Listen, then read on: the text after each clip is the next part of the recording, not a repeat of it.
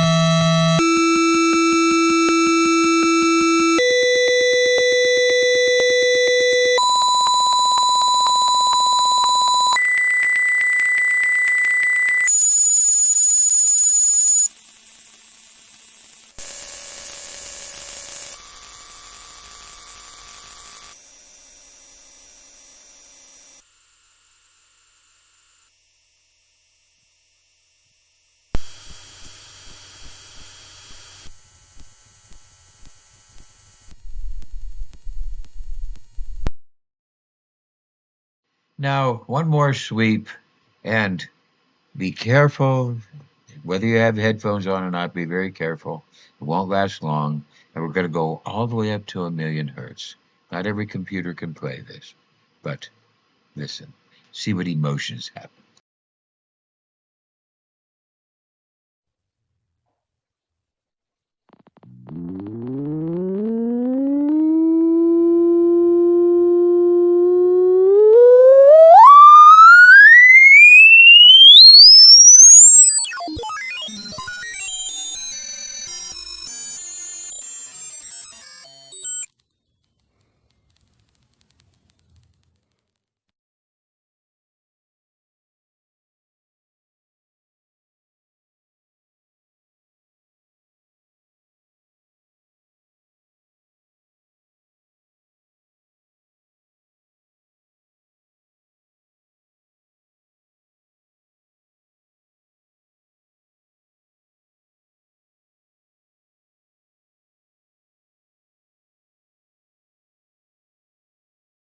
Share this with your Nelson quantum biofeedback therapist. They'll know better how to help you. Recognize that the lower tones usually mean that there's some conductive problem in the ear, something in earwax or possibly ear infection, allergy. Higher tones between 10,000, some neurological damage. Muscle tension can occur in different places, but usually is somewhere around 1,000 hertz, anywhere from 500 to 1,500 hertz. If you move your jaw back and forth, you can sense the different ways that that nerve tension, muscle tension, affects your tinnitus. And then you might be able to better find out the frequency. From the frequency, we can chart out a better therapy for you. So if you experience either a pulsatile tinnitus or tinnitus that follows your heartbeat, tinnitus in a single ear and not the other, tinnitus that's changed in nature over a very short period of time, and then finally tinnitus that's stopping you from sleeping or even contributing to anxiety or depression, then it's best to head over to your doctor and they should refer you on for further medical investigation. So we've learned a lot about our tinnitus, and be careful to really look at what muscle tension, jaw tension, how that works and how that affects you. If there is a pulsation on one side, and if it's low, that could mean that there's circulatory problems. You might need to see a doctor. There might be some circulatory problems, what we call a bruit. So many different ways that we've been able to look at this. And now you should have a better idea on what to chart out as your therapy, your electroceutical therapy for your tinnitus. And we've given you some other ideas. And I also have a video on many different types of therapies for you. This is Desiree Duvernay. Thank you.